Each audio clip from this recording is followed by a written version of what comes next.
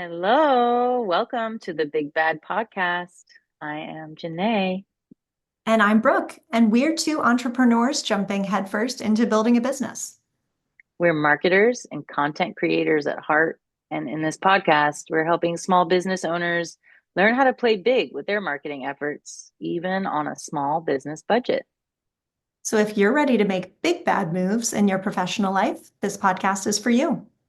Are we going to call this episode one Yes, the elevator pitch, the big bad elevator pitch?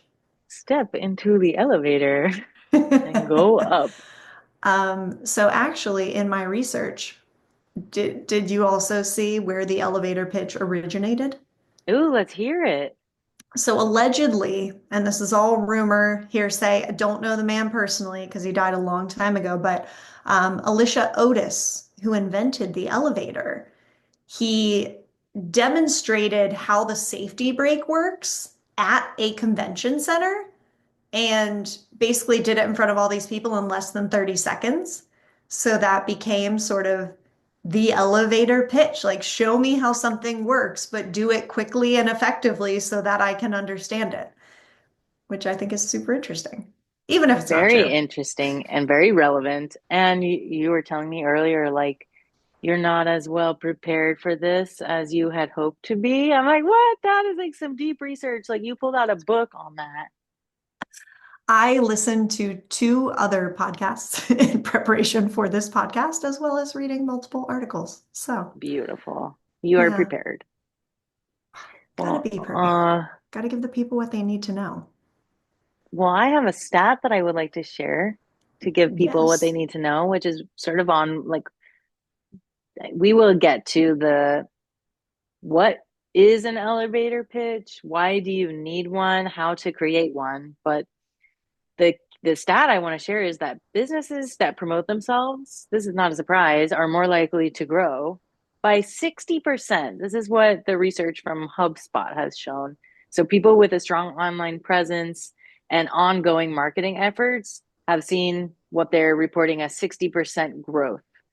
Um, and it's just amazing because it's obvious if you are able to promote yourself a la an elevator pitch, you will grow. But it's astounding to me how much it makes a difference.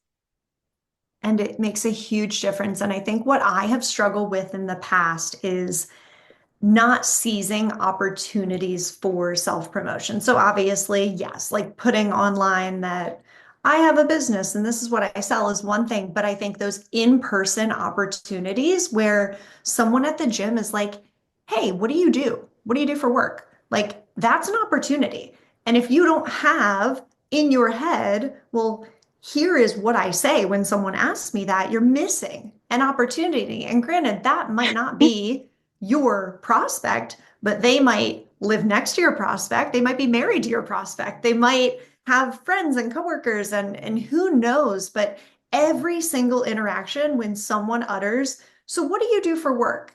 That is an opportunity for the elevator pitch to come out and bam, 60%, boom. Love it. It's so true. Yeah. And I think it's hard to, as women, to seize on these sort of shameless self-promotion opportunities. I have never met a man who's not willing to give me his whole life story and how he got to where he is.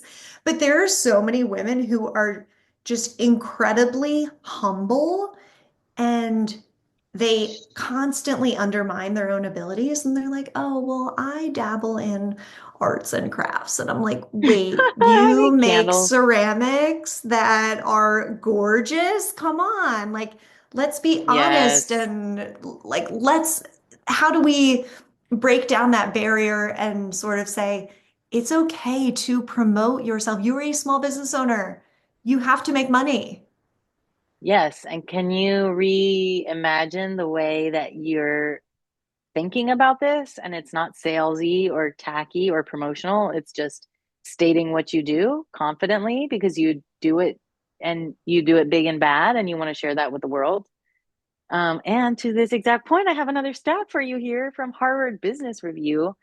Women are 30% less likely than men to promote accomplishments or skills. So And that I is think not it's exactly what you're saying. surprising. Yeah. I No. think I experience it all the time, and I am guilty of it myself. There are times, especially recently in the past few months, since I am sort of building this business, but I'm not feeling super confident in it yet. And obviously, that's going to increase over time. But I have said to people, oh, I'm a writer and I'm building this Yes. marketing business on the side. And it's like, no, I'm a small business owner, dang it. Yes. And I do digital Yeah. marketing and I help people win new clients and bring in customers and grow their revenue. How can I help you? How can I serve Boom. you? But it's harder. It's easy to say that now when we're just chatting, right? It's a little harder in real life when people are like, what do you do? And Yes. I was thinking I just heard a video of someone coaching people through job interviews.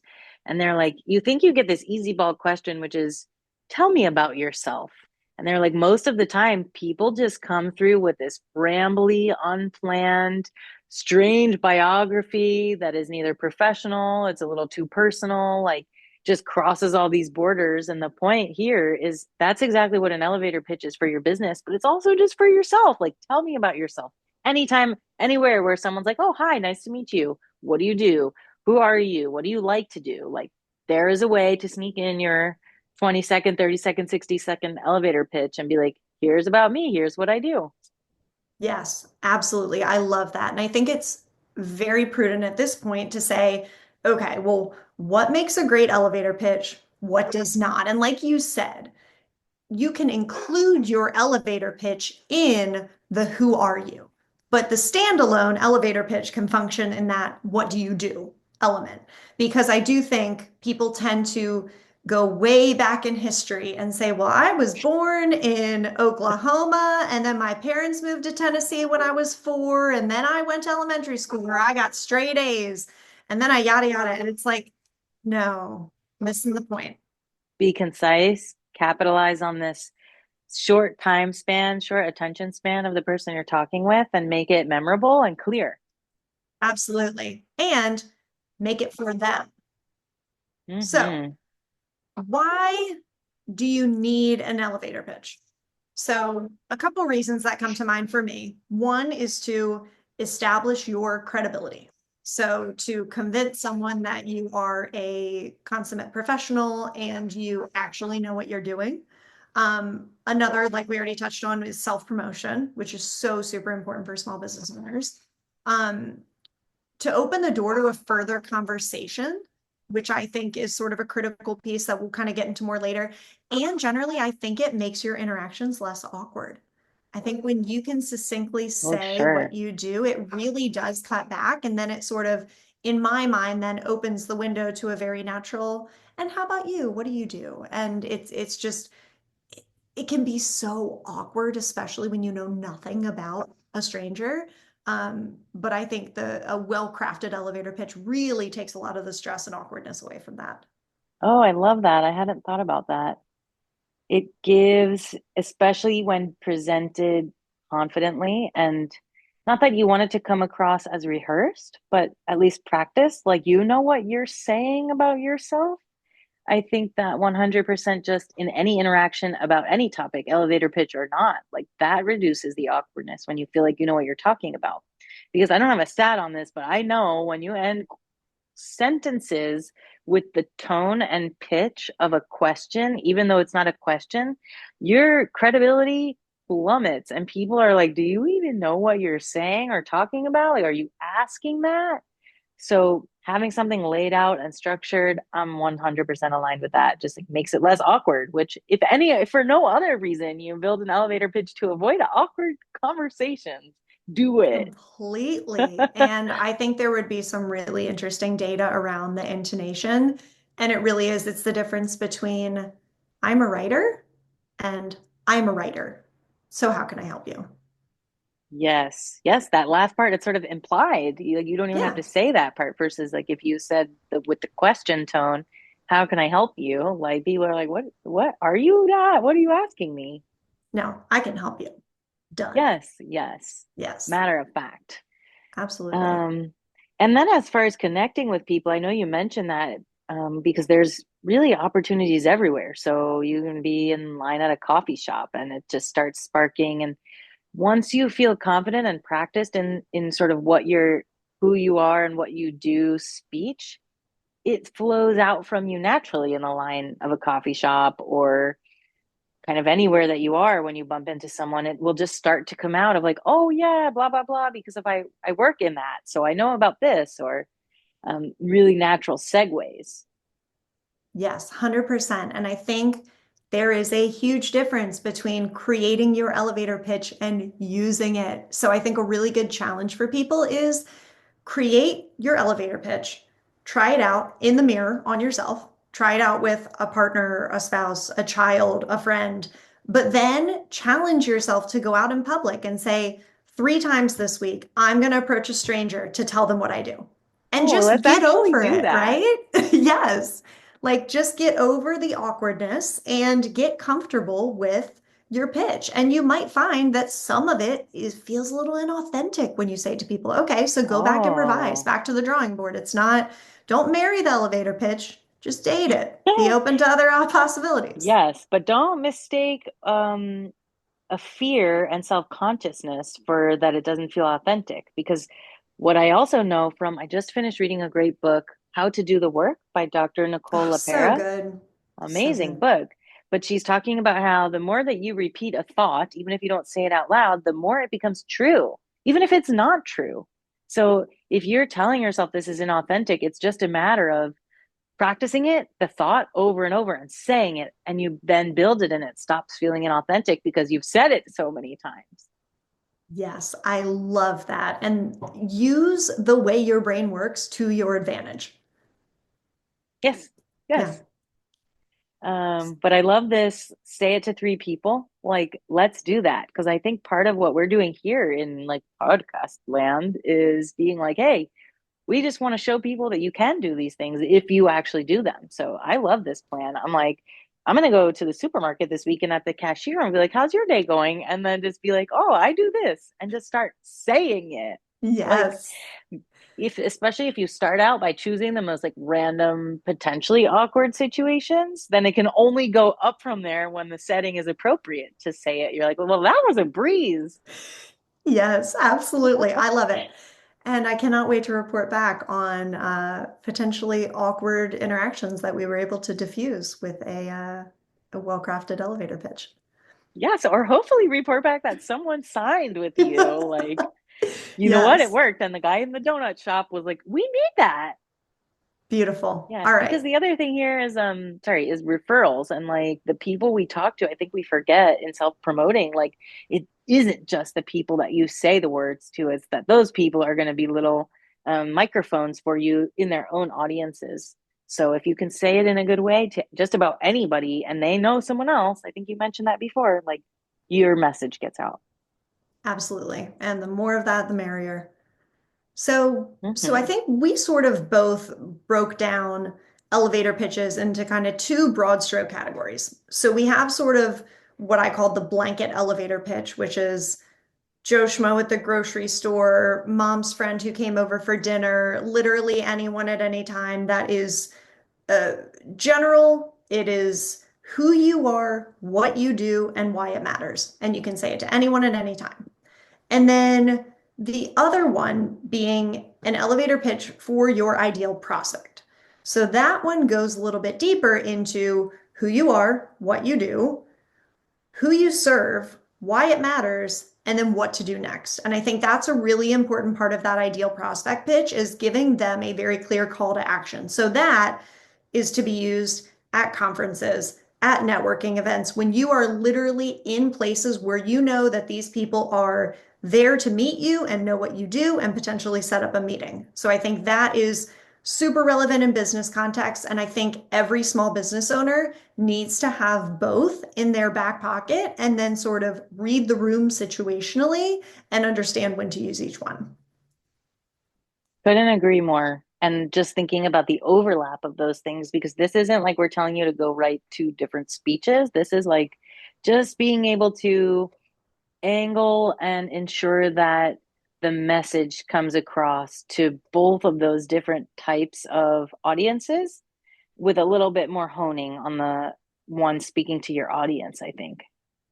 Yes, absolutely. So I have examples if that would be helpful to provide the listener with this is what an elevator pitch might sound like.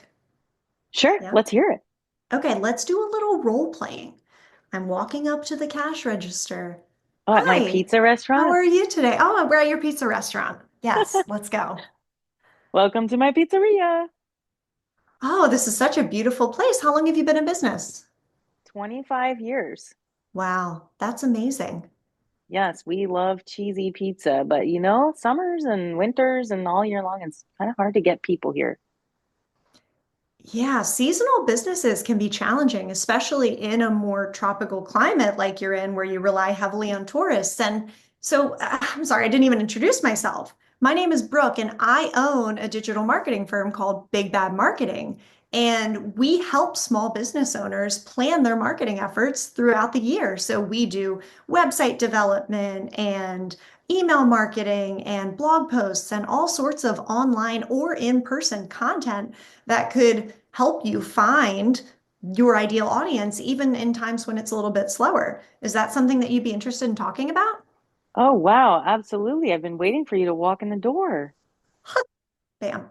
So that was a little on the fly improvisation, but it sort of speaks to read the room and understand how you might be able to tailor your specific set of what you do to the person that you're talking to. And granted, that was on the fly, so I could have done a much better job. And already in my head, I'm going back through and saying, I could have said this, I could have said this. That was a missed opportunity. But the whole point was to open the door to a conversation. And ultimately, that's what happened. Yes. And I think it's something that you and I have observed that we get a little stuck on is like wanting to make sure everything is perfect before we go to market, so to speak. And the fact that you just said any of those things in a cohesive, coherent way, mission accomplished. Because it doesn't really matter whether or not this person is convinced, is interested, like signs up with you. It's just about you building the confidence of saying that. So I say bravo. And I think you now only Yeah. have to go tell two people in the wild. Because I've already got this pizza owner on the books, pizza shop Yes, owner. yes.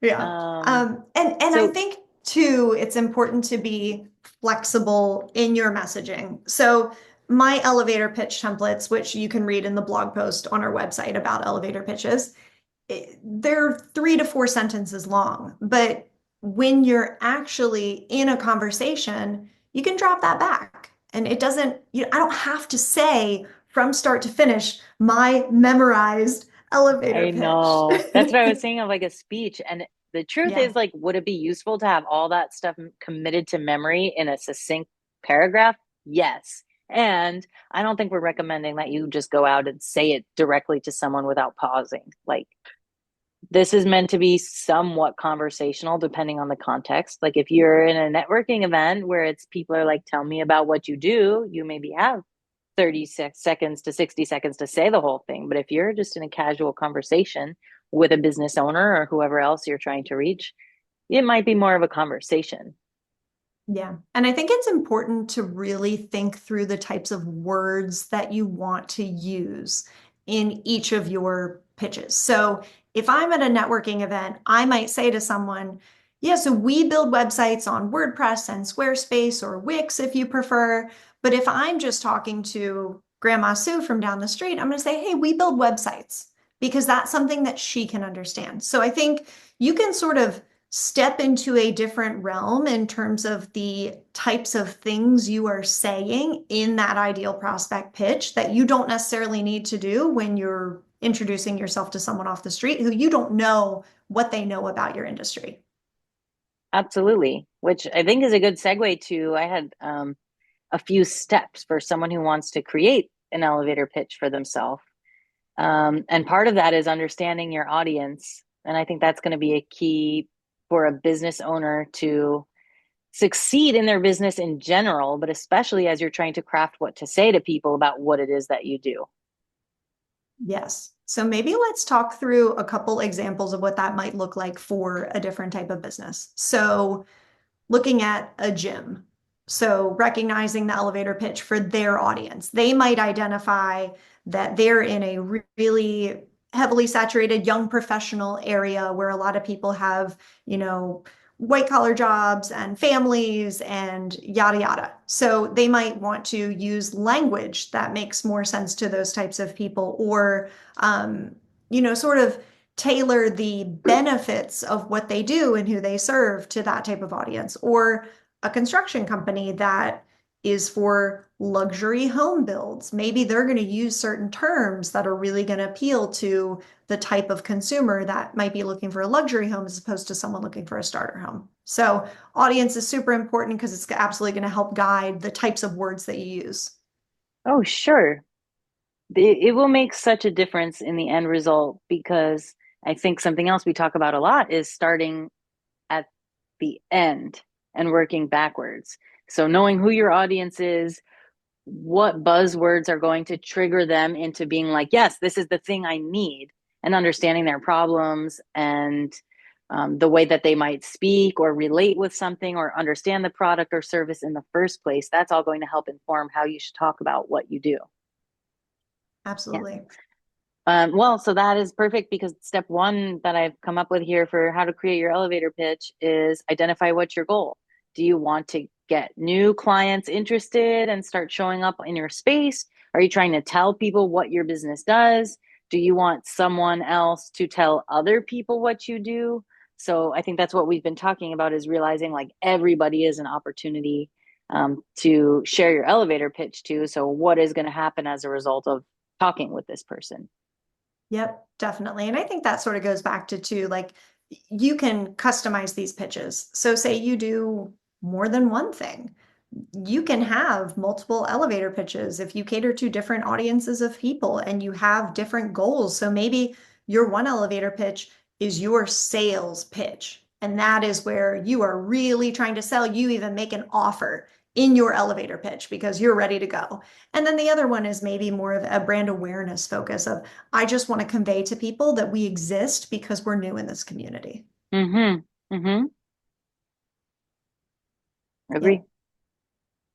All right. Step two here is about defining audience pain points. So this is again starting at the end, so to speak, by thinking about what your audience what their problem is. What is the solution that your product or service provides to them? And when you think about it this way, it's like with the pizza example, like you don't just sell pizza, like you help hungry families eat dinner at night and you help uh, a group of fifth graders celebrate their year end party.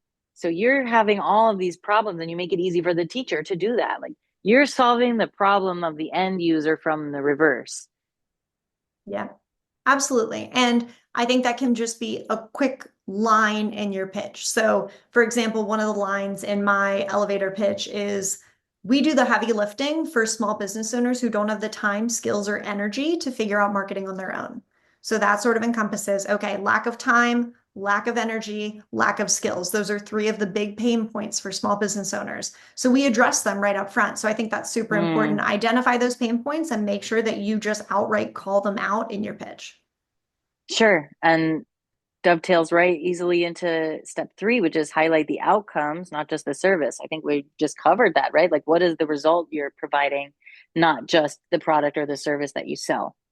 Yep. Especially for, I hate to call it or like loop it into like boring products or services, but there are some of those, especially like in the business to business space. Some of that stuff is so boring and no one actually cares about it, but they need it. So, a better way to showcase your value is by being like, here's the way I can make your life way easier, not like I sell compressors. Like, what? That sounds Yes. compressing. And I All right. think too, it's a really natural spot to insert a, we've helped businesses like yours by doing XYZ. So we helped another local pizza parlor increase traffic, foot traffic to their store by over 200% with just two marketing campaigns. Just bring in your relevant Hmm. expertise, especially if you've been in business for a really long time. You have a ton of customer information in your brain to pull from. So try to relate. And even if it's a tangential industry and not the same one, I think that's completely okay. Yes, and I don't say lie, but much like when you're in a job interview, I think it's okay to embellish. And so if it takes a little bending and shifting the story to make it more aligned and appealing to the person you're talking to, I think that's okay. Yeah, I would agree with Yeah, that. Yeah, yeah, yeah. statistics are what, 87% of statistics are completely Not made up, so the what ones does it that matter? I shared before, though. All right. I'm gonna jump through the last two for time and brevity here, but because I think we've talked about them. But step four was to craft a clear statement. So now that you've done all of this thinking exercises, write down or say what it is you do in a clear way. And then the last step fits together with that, which is add the brand personality to that statement. So don't just say, we help feed your hungry family, but say it like, say cheese, because now you've got a whole bunch of cheese for your family dinner. Right. And so making the statement in a fun way or aligned with your personality. Yeah. And that just brings up a just final thought for me that yes, most of the time you say your elevator pitch, but there are times where you will need to type it and you will need to send it via Mm, email or something. So when you just said that, the say cheese, maybe you wouldn't say that in your verbal elevator pitch, but in an email, oh my gosh, absolutely. What a are you great, saying that easy that's way to. cheesy? All right, and on that joke, let's wrap it up. But like I alluded to earlier, blog post on the website, get your template, get a look at what these elevator pitches look like in reality, the ones that we've made, and we're gonna go out into the world and pitch it up. Yeah, I think we're like talking about it like it's so easy, but we know there's a lot of work here involved, and we're also here to help you. So let us know, reach out, drop us a line if you want some help creating your elevator pitch or doing your brand strategy. We got you, big bad. Love it. Bye. Here at Big Bad Marketing, we are not financial or medical experts, nor do we pretend to play them on TV. Everything that we say is for educational purposes to help you build a bigger, badder business. Don't sue us, please.